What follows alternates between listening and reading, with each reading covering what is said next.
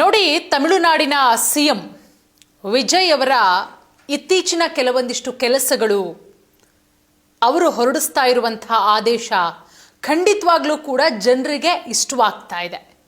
ಬರೀ ತಮಿಳುನಾಡಿಗರಷ್ಟೇ ಅಲ್ಲ, ದೇಶದ ಜನ ಕೂಡ ವಿಜಯ್ ಅವರ ಕಾರ್ಯವೈಖರಿಗೆ ಭೇಷ್ ಅಂತ ಹೇಳ್ತಾ ಇದ್ದಾರೆ. ರಾಜಕೀಯದಲ್ಲಿ ಅವರ ಅನುಭವ ಹೊಸದು, ಬಟ್ ಅವರು ತೆಗೆದುಕೊಳ್ತಾ ಇರುವಂತಹ ನಿರ್ಧಾರ ಇದೆಯಲ್ಲ, ಅದು ಪ್ರತಿಯೊಬ್ಬರು ಕೂಡ ಮೆಚ್ಚುವಂಥದ್ದು. ಈಗ ಅವರು ಮಹತ್ವದ ಆದೇಶ, ಮಹತ್ವದ ಘೋಷಣೆ ಏನಪ್ಪಾ ಅಂತ ಹೇಳಿದ್ರೆ, ದೇವಸ್ಥಾನದ ಹಣವನ್ನ ಬೇರೆ ಕೆಲಸಗಳಿಗೆ ಬಳಸಂಗಿಲ್ಲ, ಅದು ದೇವಸ್ಥಾನದ ಅಭಿವೃದ್ಧಿಗಷ್ಟೇ ಬಳಕೆಯಾಗಬೇಕು. ತಮಿಳುನಾಡಿನ ಸಿಎಂ ವಿಜಯ್ ಅವರು ಮಹತ್ವದ ಘೋಷಣೆ ಮಾಡಿರುವುದು. ಯಾಕಂದ್ರೆ ದೇವಸ್ಥಾನಕ್ಕೆ ಬರುವಂತಹ ದುಡ್ಡೇನಿದೆ, ಆ ದುಡ್ಡಲ್ಲಿ ಕಲ್ಯಾಣ ಮಂಟಪಗಳನ್ನು ನಿರ್ಮಾಣ ಮಾಡಲಾಗ್ತಾ ಇತ್ತು. ಸುಮಾರು 246 ಕೋಟಿ ಯೋಜನೆ ಈಗ ರದ್ದಾಗಿದೆ. ಅದೆಲ್ಲದಕ್ಕೂ ಕೂಡ ಸಿಎಂ ವಿಜಯ್ ಅವರು ಬ್ರೇಕ್ ಹಾಕಿದ್ದಾರೆ. ತಮಿಳುನಾಡು ಸರ್ಕಾರ ದೇವಸ್ಥಾನದ ಹಣದಲ್ಲಿ ಕಲ್ಯಾಣ ಮಂಟಪ ಇರಬಹುದು, ವಾಣಿಜ್ಯ ಸಂಕೀರ್ಣಗಳನ್ನು ನಿರ್ಮಿಸೋದಕ್ಕೆ ಹಿಂದಿನ ಡಿಎಂಕೆ ಸರ್ಕಾರ ಸುಮಾರು 246 ಕೋಟಿ ರೂಪಾಯಿ ಮೌಲ್ಯದ ಯೋಜನೆಯನ್ನ ರೂಪಿಸಿತ್ತು. ಅದೆಲ್ಲವನ್ನ ಕೂಡ ಟಿವಿಕೆ ಪಕ್ಷದ ಮುಖ್ಯಮಂತ್ರಿ ವಿಜಯ್ ಅವರು ರದ್ದು ಮಾಡಿ ಮಹತ್ವದ ಘೋಷಣೆಯನ್ನ ಮಾಡಿರೋದು. ಪ್ರತಿಯೊಬ್ಬರು ಕೂಡ ಈ ನಿರ್ಧಾರಕ್ಕೆ ಭೇಷ್ ಅಂತ ಹೇಳ್ತಾ ಇದ್ದಾರೆ. ಬರೀ ಓಟಿಗೋಸ್ಕರನೇ ಕೆಲಸ ಮಾಡೋದಲ್ಲ, ಈ ರೀತಿನೂ ಕೂಡ ಕೆಲಸ ಮಾಡಿ ತೋರಿಸಬೇಕು. ಬರೀ ತಮಿಳುನಾಡಿನ ಜನ ಅಷ್ಟೇ ಅಲ್ಲ, ಇಡೀ ದೇಶದ ಜನ ಈಗ ವಿಜಯ್ ಅವರು ಒಂದೊಂದು ನಿರ್ಧಾರವನ್ನ ತೆಗೆದುಕೊಳ್ತಾ ಇದ್ದಾರಲ್ಲ, ಆ ನಿರ್ಧಾರಕ್ಕೆಲ್ಲದಕ್ಕೂ ಕೂಡ ಭೇಷ್ ಅಂತ ಹೇಳ್ತಾ ಇದ್ದಾರೆ. ಮತ್ತೊಂದು ಕಡೆ ಈ ನಿರ್ಧಾರ ರಾಜಕೀಯ ಚರ್ಚೆಗೂ ಕೂಡ ಈಗ ಕಾರಣ ಆಗಿದೆ. ನೋಡಿ, ತಮಿಳುನಾಡಲ್ಲಿ ದೇವಸ್ಥಾನಗಳ ಹಣವನ್ನ ಬಳಸಿ ಕಲ್ಯಾಣ ಮಂಟಪ ಇರಬಹುದು, ವಾಣಿಜ್ಯ ಸಂಕೀರ್ಣಗಳನ್ನು ನಿರ್ಮಿಸೋದಕ್ಕೆ ಹಿಂದಿನ ಡಿಎಂಕೆ ಸರ್ಕಾರ ಯೋಜನೆಯನ್ನ ರೂಪಿಸಿತ್ತು. ಈ ಯೋಜನೆಗೆ ಹೊಸ ಸರ್ಕಾರ, ವಿಜಯ್ ಅವರ ನೇತೃತ್ವದ ಸರ್ಕಾರ ತಡೆಯನ್ನ ಕೊಟ್ಟಿದೆ. ಹಿಂದೂ ಧಾರ್ಮಿಕ ಮತ್ತು ದತ್ತಿ ಇಲಾಖೆ ಅಡಿಯಲ್ಲಿ ರಾಜ್ಯಾದ್ಯಂತ ಜಾರಿಗೊಳಿಸಲು ಉದ್ದೇಶಿಸಿದ್ದ ಸುಮಾರು 246 ಕೋಟಿ ರೂಪಾಯಿ ಮೌಲ್ಯದ 46 ಯೋಜನೆಗಳ ಆಡಳಿತಾತ್ಮಕ ಅನುಮೋದನೆಯನ್ನ ತಮಿಳುನಾಡು ಸರ್ಕಾರ ರದ್ದು ಮಾಡಿರುವುದು. ಸರ್ಕಾರಿ ಆದೇಶದ ಪ್ರಕಾರ 115.77 ಕೋಟಿ ರೂಪಾಯಿ ವೆಚ್ಚದಲ್ಲಿ ನಿರ್ಮಿಸಲು ಉದ್ದೇಶಿಸಿದ್ದಂತಹ 29 ಕಲ್ಯಾಣ ಮಂಟಪ, 130.08 ಕೋಟಿ ರೂಪಾಯಿ ವೆಚ್ಚದ 17 ವಾಣಿಜ್ಯ ಸಂಕೀರ್ಣಗಳ ಯೋಜನೆಯನ್ನ ಈಗ ರದ್ದುಪಡಿಸಿರುವುದು. ಒಟ್ಟು 245.85 ಕೋಟಿ ರೂಪಾಯಿ ಮೌಲ್ಯದ ಯೋಜನೆಯನ್ನ ಸರ್ಕಾರ ಕೈಬಿಟ್ಟಿದೆ. ಏನೇ ವಿರೋಧ ವ್ಯಕ್ತವಾದರೂ ಕೂಡ ಆ ಒಂದು ಯೋಜನೆಗಳನ್ನ ಕೈಬಿಟ್ಟಿರುವುದು. ಈ ಯೋಜನೆಗಳನ್ನ ಈ ಹಿಂದೆ ಘೋಷಣೆ ಮಾಡಲಾಗಿತ್ತು. ನಿರ್ಮಾಣ ಕಾಮಗಾರಿ ಇನ್ನೂ ಕೂಡ ಆರಂಭ ಆಗಿರಲಿಲ್ಲ.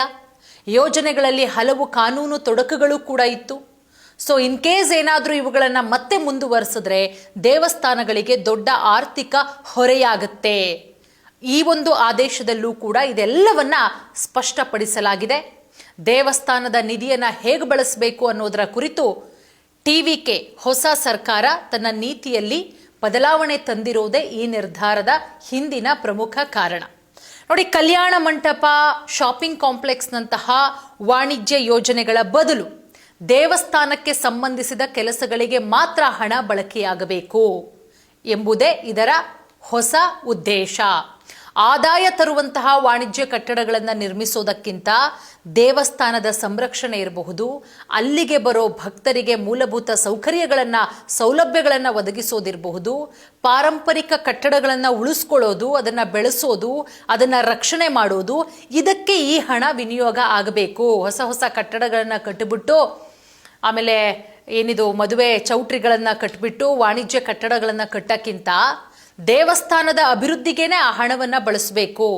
ಹಾಗಾಗಿ ಈ ಯೋಜನೆಗಳನ್ನು ರದ್ದುಗೊಳಿಸಿರೋದ್ರಿಂದ ಉಳಿಯುವಂತ ಹಣವನ್ನ ಭಕ್ತರು ಮತ್ತು ದೇವಸ್ಥಾನಗಳಿಗೆ ನೇರವಾಗಿ ಪ್ರಯೋಜನವಾಗುವ ಹೊಸ ಯೋಜನೆಗಳಿಗೆ ಬಳಸಲಾಗುತ್ತೆ. ಯಾಕಂದ್ರೆ ಹಿಂದಿನ ಡಿಎಂಕೆ ಸರ್ಕಾರದ ಅವಧಿಯಲ್ಲಿ ಅನುಮೋದನೆ ನೀಡಲಾಗಿದ್ದಂತಹ ಯೋಜನೆ ಈಗ ರದ್ದುಗೊಳಿಸಿರೋದು ಒಂದಷ್ಟು ಚರ್ಚೆಗಳಿಗೂ ಕೂಡ ಕಾರಣ ಆಗಿದೆ.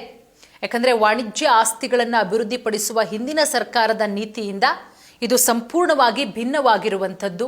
ಸರ್ಕಾರದ ಈ ನಿರ್ಧಾರವನ್ನ ಈಗ ಹಿಂದಿನ DMK ಸರ್ಕಾರ ವಿರೋಧ ಕೂಡ ಮಾಡಿದೆ. ಆಡಳಿತ ಬದಲಾದ ನಂತರ HR ಮತ್ತು CE ಇಲಾಖೆ ತೆಗೆದುಕೊಂಡಿರೋ ಅತ್ಯಂತ ಮಹತ್ವದ ನಿರ್ಧಾರಗಳಲ್ಲಿ ಇದು ಕೂಡ ಒಂದು. ಸೊ ದೇವಸ್ಥಾನದ ಹಣವನ್ನ ವಾಣಿಜ್ಯ ಉದ್ದೇಶಗಳಿಗೆ ಬಳಸಬಾರದು. ಹಾಗಾಗಿ ಇದು ದೊಡ್ಡ ರಾಜಕೀಯ ಚರ್ಚೆಗೂ ಕೂಡ ಕಾರಣ ಆಗಿದೆ.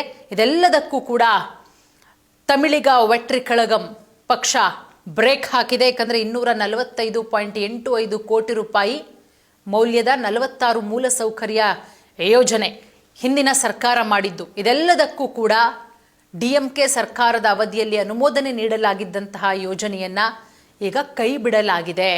ಸೊ ಹಾಗಾಗಿ ಹಿಂದಿನ ಸರ್ಕಾರದ ವಿವಾದಾತ್ಮಕ ಯೋಜನೆಗಳನ್ನು ರದ್ದುಗೊಳಿಸಿದೆ TVK ಸರ್ಕಾರ. ಏನು ಹಣ ಬರುತ್ತೆ ಆ ಹಣವನ್ನ ಭಕ್ತರ ಕಲ್ಯಾಣ ಕಾರ್ಯಕ್ರಮಗಳಿಗೆ ಬಳಸಬೇಕು. ಇದು ಖಂಡಿತವಾಗ್ಲೂ ಕೂಡ ಒಳ್ಳೆಯ ಯೋಜನೆ ಅಂತ ಹೇಳಿಬಿಟ್ಟು ಪ್ರತಿಯೊಬ್ಬರು ಕೂಡ ವಿಜಯ್ ಅವರ ಈ ನಿರ್ಧಾರಕ್ಕೆ ಭೇಷ್ ಅಂತ ಹೇಳ್ತಾ ಇದ್ದಾರೆ. ಭಕ್ತರ ಭಾವನೆಗಳಿಗೆ ಮನ್ನಣೆ ಕೊಟ್ಟಿದ್ದಾರೆ.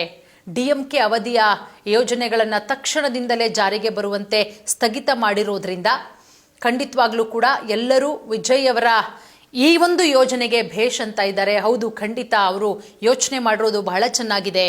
ಭಕ್ತರ ಮೂಲಸೌಕರ್ಯ ಅಭಿವೃದ್ಧಿ ಇರಬಹುದು, ಉಚಿತ ಅನ್ನದಾಸೋಹ ಇರಬಹುದು, ಧರ್ಮಶಾಲೆಗಳ ನವೀಕರಣ, ದೇವಸ್ಥಾನದ ಜೀರ್ಣೋದ್ಧಾರ. ಸೊ ಇದೆಲ್ಲದಕ್ಕೂ ಕೂಡ ಬಳಸ್ಕೊಂಡ್ರೆ ಒಳ್ಳೇದು ಅಂತ ಹೇಳಿ ಭಕ್ತರು ಕೂಡ ವ್ಯಾಪಕವಾಗಿ ಬೆಂಬಲವನ್ನ ವ್ಯಕ್ತಪಡಿಸಿದ್ದಾರೆ. ಮತ್ತೊಂದು ಕಡೆ ವಿರೋಧ ಪಕ್ಷವಾಗಿರುವಂತಹ DMK ಸೊ ಈ ನಿರ್ಧಾರವನ್ನ ಟೀಕೆ ಮಾಡಿದೆ. ಸೊ ನೋಡೋಣ ಇದು ಮುಂದಿನ ದಿನಗಳಲ್ಲಿ ಯಾವ ರೀತಿ ತಮಿಳುನಾಡಲ್ಲಿ ಜಟಾಪಟಿಗೆ ಕಾರಣ ಆಗಬಹುದು ಅಂತ. ಒಟ್ಟಾರೆ ಸುಪ್ರೀಂ ಕೋರ್ಟ್ ಕೂಡ ಆದೇಶವನ್ನ ಕೊಟ್ಟಿತ್ತು, ಭಕ್ತರ ಸೇವೆಗಾಗಿಯೇ ಬಳಸಬೇಕು ಅಂತ ಹೇಳಿ. ಸೊ ಆ ಆಶಯಕ್ಕೆ ನೂತನ ಸರ್ಕಾರ ಗೌರವವನ್ನ ಕೂಡ ಕೊಟ್ಟಿದೆ ಅಂತ ಹೇಳಿ ಭಕ್ತರು, ಕೇವಲ ತಮಿಳುನಾಡಿನ ಭಕ್ತರಷ್ಟೇ ಅಲ್ಲ, ಇಡೀ ದೇಶದ ಜನ ಈ ನಿರ್ಧಾರವನ್ನ ಸ್ವಾಗತ ಮಾಡಿದ್ದಾರೆ.